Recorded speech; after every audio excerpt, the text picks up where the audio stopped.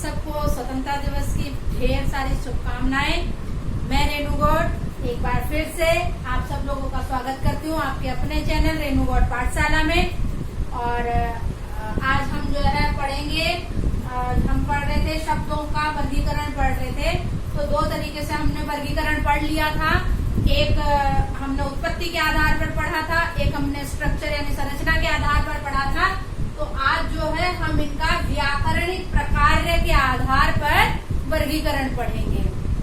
तो आप जरा ध्यान से देखिएगा इसमें कि व्याकरणिक प्रकार्य, सबसे पहले तो हम ये समझ लेंगे कि व्याकरणिक प्रकार्य होता क्या है।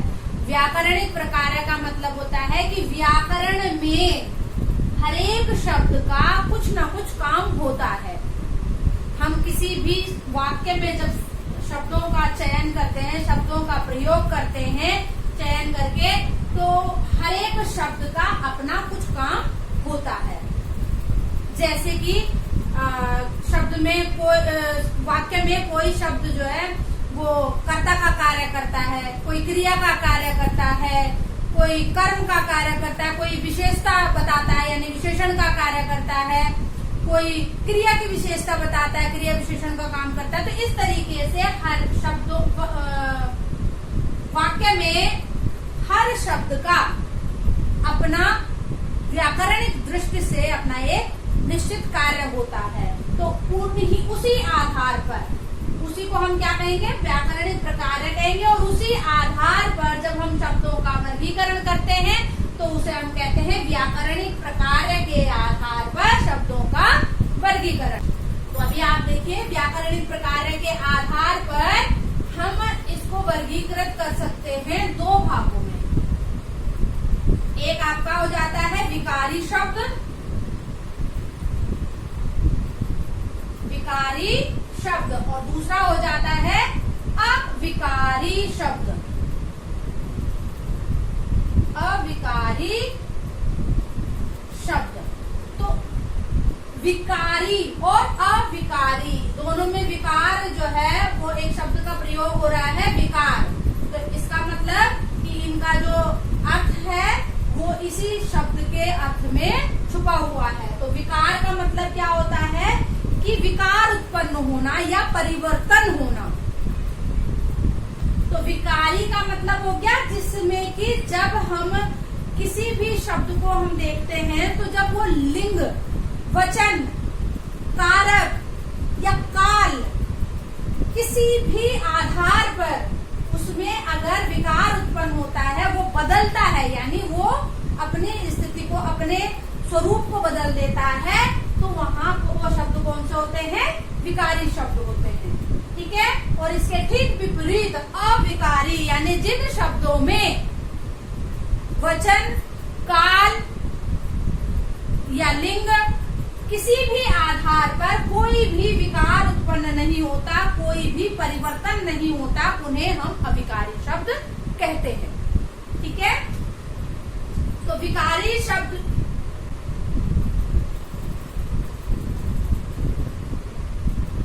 लिंग, वचन, काल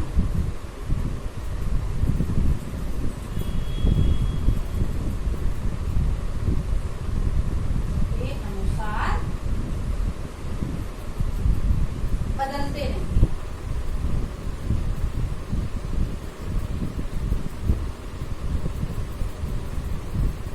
ठीक है। तो ये हो गया हमारा विकारी शब्द की परिभाषा। और अविकारी की क्या हो जाएगी कि लिंग, वचन, काल आदि के अनुसार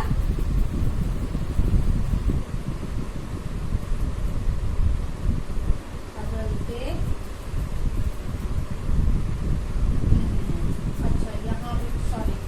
यहाँ पर जो है बदलते हैं लिखना है हमने। ठीक है।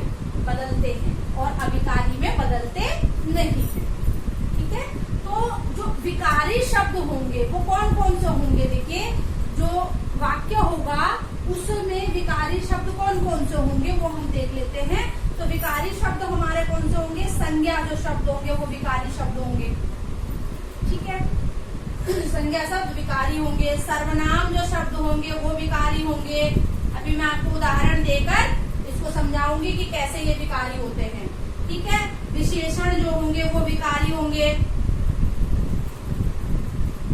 संज्ञा, सर्वनाम, विशेषण और क्रिया, ये जो चार तरीके के जो ये शब्द होते हैं, जो चार शब्द होते हैं, चार ये जो है आपके विकारी शब्द होते हैं। यानी ये लिंग के आधार पर, वचन के आधार पर, काल के आधार पर बदल जाते हैं। ठीक है, जैसे कि संज्ञा में हमने कहा कि लड़का खेल रहा है। अब हमने संज्ञा यहाँ पर क्या हो गया, लड़का हो गया। ठीक है, अब एक लड़के की बात हो रही है, यानी एक वचन की बात हो रही है, तो लड़का खेल रहा है।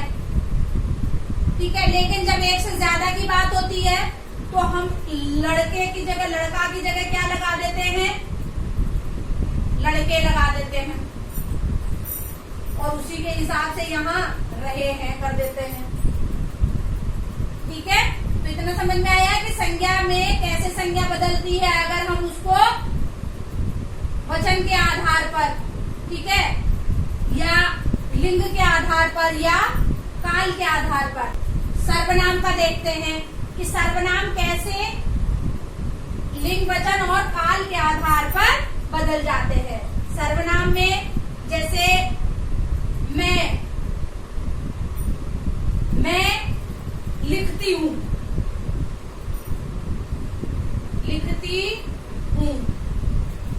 ठीक है। अब यहाँ पर देखिए, लिखती हूँ, अभी हम हूँ में बात कर रहे हैं, यानी वर्तमान काल में बात कर रहे हैं। ठीक है, तो ये मैं लिखती हूँ।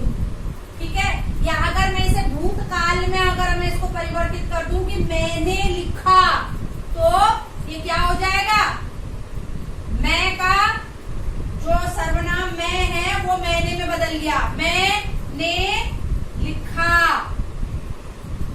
काल चेंज होते ही, जैसे ही इसे मैंने भूतकाल में लिखा, ऐसे ही इसके जो सर्वनाम है मैं, वो मैंने में परिवर्तित हो गया। तो इस तरीके से आपको समझ में आ रहा होगा कि सर्वनाम कैसे परिवर्तित होते हैं। आप अपने से भी जो वाक्य है वो बना कर इस तरीके से आप देख सकते हैं, और जितने ज्यादा वाक्य बनाएंगे उतने ज्यादा जो है आपको समझ में आएगा कि संज्ञा कैसे परिवर्तित होता है, लिंग, वचन, काल के हिसाब से सर्वनाम कैसे परिवर्तित होता है। एक एक उदाहरण में मैंने आपको बता दिया है। आप इसके बाद जो है आप अपने से वाक्य बनाकर देख लीजिएगा। ऐसे ही विशेषण है। ठीक है, तो विशेषण भी जो है वो लिंग, वचन और काल के हिसाब से परिवर्तित होता है। जैसे हम लिखते हैं, मैंने एक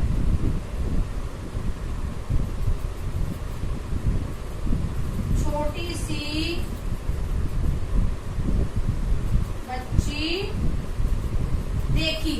ठीक है, अब मैंने एक छोटी सी बच्ची देखी, यानी यहाँ पर विशेषण क्या है, बच्ची की विशेषता कौन बता रहा है, क्या बताई जा रही है, छोटी सी।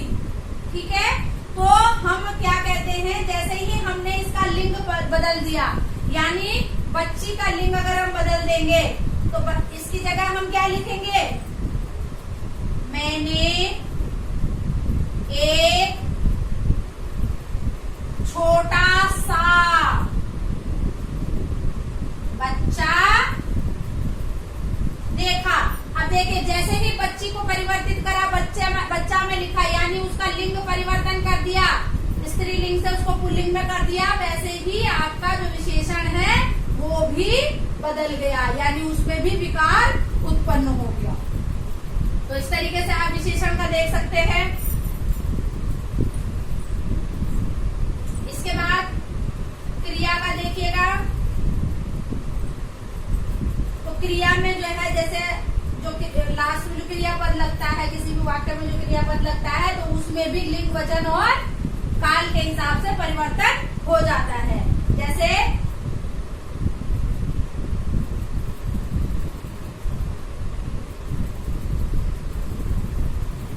मैं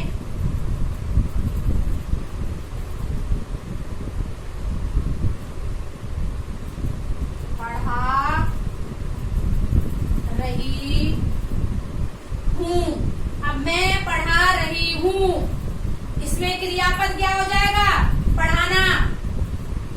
ठीक है, ये सहायक क्रिया हो जाएगी रही हूँ, तो पढ़ा रही हूँ।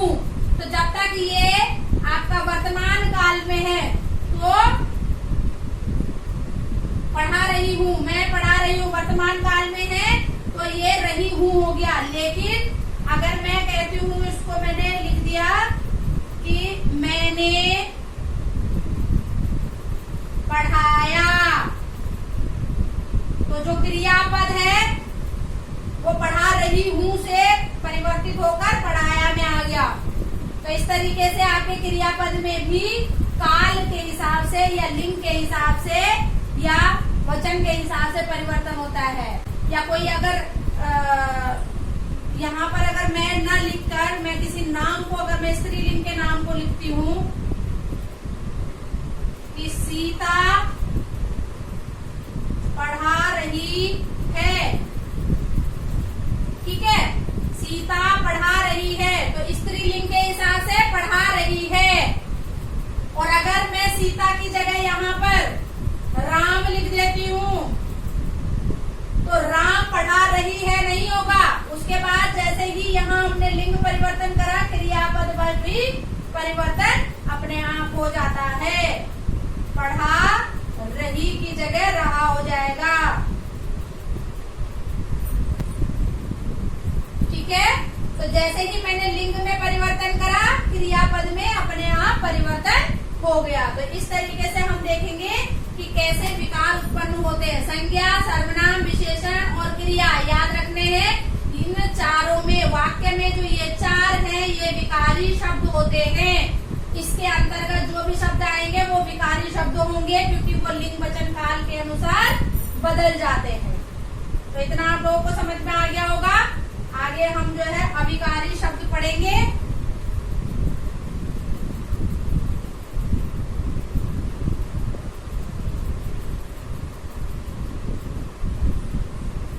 अविकारी शब्द, अब जो अविकारी शब्द हैं, मैंने आपको बताया कि अविकारी शब्द लिंग वचन और काल के हिसाब से परिवर्तित नहीं होते हैं। ये जैसे हैं वैसे ही रहते हैं, चाहे लिंग कोई भी हो, चाहे वचन का कितने कोई सा भी वचन हो और चाहे काल कोई सा भी हो। तो इसमें अविकारी शब्द में हम देखेंगे ये कितने प्रकार के होते हैं। जैसे अभी हमने विकारी शब्द देखे, ऐसे ही अविकारी शब्दों को देखेंगे। तो इसमें आता है क्रिया विशेषण, कभी परिवर्तित नहीं होता है। क्रिया विशेषण, ठीक है। दूसरा आपका आता है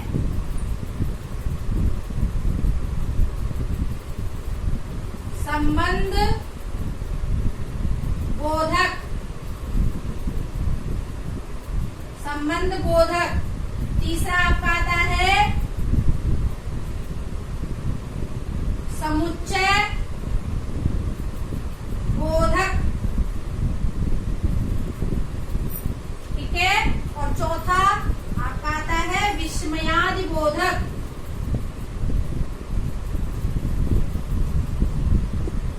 विस्मयादि बोधक, ठीक है। तो ये चार जो प्रकार है ये अविकारी शब्दों के प्रकार है। ये वाक्य में किसी भी स्थिति में परिवर्तित नहीं होंगे। इनको हम उदाहरण से कैसे समझ सकते हैं, देखिए कि क्रिया विशेषण, क्रिया विशेषण हम किसको कहते हैं? जो क्रिया की विशेषता को बताता है, यानी जो काम हो रहा है वाक्य में वो कैसे हो रहा है, किस जगह पे हो रहा है, यहाँ हो रहा है, वहाँ हो रहा है, धीरे हो रहा है, तेज हो रहा है। तो ये जो इस तरीके के जो शब्द हैं वो कभी चेंज नहीं होते हैं। जैसे मैंने एक सेंटेंस में आपको बताती हूँ, एक वाक्य में आपको बना के बता देती हूँ कि जैसे हम कहते हैं कि बालक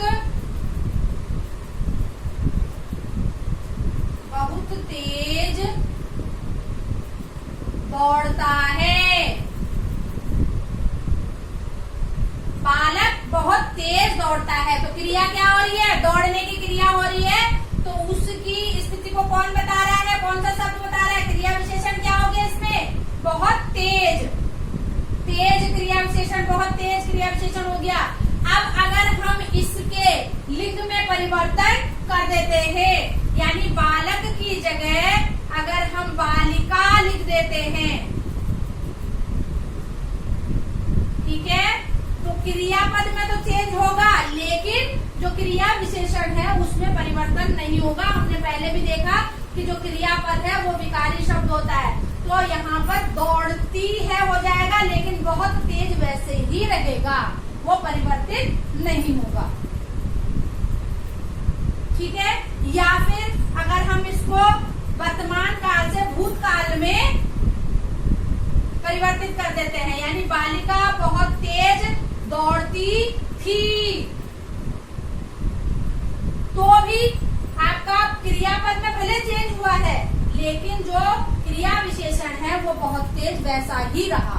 तो ये किसी भी परिस्थिति में बदलते नहीं है, इसमें विकार उत्पन्न नहीं होता है। ऐसे ही हम संबंध बोधक को देख लेते हैं। संबंध बोधक कौन से होते हैं शब्द? जो वाक्य में जो शब्द हैं उनका आपस में संबंध स्थापित करते हैं, उनको हम क्या कहते हैं? संबंध बोधक कहते हैं। जैसे राम ने श्याम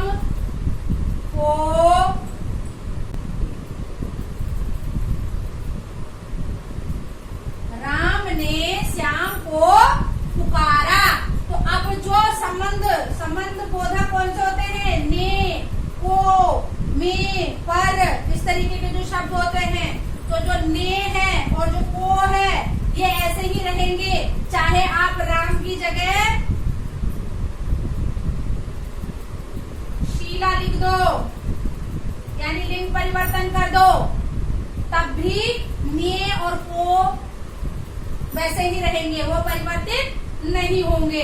ठीक है, तो इतना समझ में आ गया होगा आपको कि जो संबंध बोधक शब्द होते हैं वो परिवर्तित नहीं होते हैं, चाहे उनका लिंग चेंज कर दो, चाहे उनका जो वचन है वो चेंज करो, कैसे भी।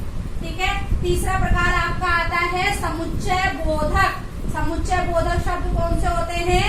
जो और, या, तथा, किंतु, परंतु, जो इस तरीके के शब्द होते हैं, जो दो वाक्यों को जोड़ने का काम करते हैं। अभी तक हम शब्द जोड़ने की बात कर रहे थे, वाक्य के शब्दों को। अब यहाँ पर हम दो वाक्यों को जोड़ने का, दो उपवाक्यों को जोड़कर एक वाक्य बनाने की बात कर रहे हैं, तो उनको हम समुच्चय बोधक, उनको हम क्या कहते हैं? समुच्चय बोधक शब्द कहते हैं। ठीक है। जैसे हम लिखेंगे कि राम और सीता वन को गए। राम और सीता वन को गए। अब राम और सीता की जगह आप लिंग परिवर्तित करके देख लीजिए, तो भी और जो है वो ऐसा ही रहेगा। ठीक है। जैसे इसकी जगह आप श्याम लिख लीजिए,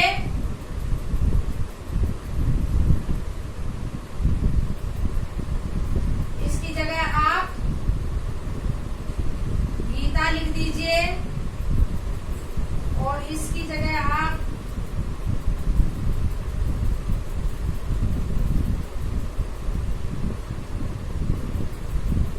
मीना लिख दीजिए, कुछ भी लिख दीजिए आप। अब आप दोनों जो है वो स्त्रीलिंग में है, लेकिन और शब्द जो है वो परिवर्तित नहीं हुआ, उसमें कोई भी विकार उत्पन्न नहीं हुआ। तो जो समुच्चय बोधक शब्द होते हैं वो कभी भी परिवर्तित नहीं होते हैं। इसका एक किंतु परंतु वाला एक उदाहरण मैं आपको और दे देती हूँ कि वह सफल हो जाता किंतु उसने प्रयास नहीं किया। अब किंतु हो जाता, यानी यहाँ पुल्लिंग की बात हो रही है, यहाँ पुल्लिंग के बारे में बात करी जा रही है, यानी किसी पुरुष के बारे में बात करी जा रही है। तो अगर हम जाता की जगह जाती भी कर देते कि वह सफल हो जाती, किंतु उसने प्रयास नहीं किया, तो भी किंतु जो शब्द है वो वैसा का वैसा ही रहा। तो इससे आपको समझ में आ गया होगा कि समुच्चय बोधक जो शब्द होते हैं वो भी काल या लिंग या वचन के आधार पर परिवर्तित नहीं होते हैं। अब चौथा और अंतिम जो आपका अभिकारी शब्द है वो है विस्मयादि बोधक शब्द। अब विस्मयादि बोधक शब्द कौन से होते हैं? आह, अरे, वाह, इस तरीके के जो शब्द होते हैं जिसमें यानी हैरानी, आश्चर्य जताया जाता है, तो वो जो शब्द होते हैं वो आपके विस्मयादि बोधक में आते हैं। तो इसमें जो है ये शब्द भी परिवर्तित नहीं होते हैं। जैसे हम कह सकते हैं वाह,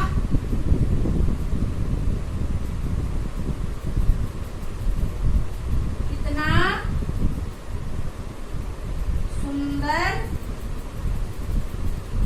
दृश्य है, वाह कितना सुंदर दृश्य है। ठीक है, तो कितना सुंदर दृश्य जो है वो पुल्लिंग में दिखाया गया है, कितना सुंदर दृश्य है। लेकिन अगर हम दृश्य की जगह कोई स्त्रीलिंग वाली चीज रखवा दें और इसकी जगह जैसे कितनी सुंदर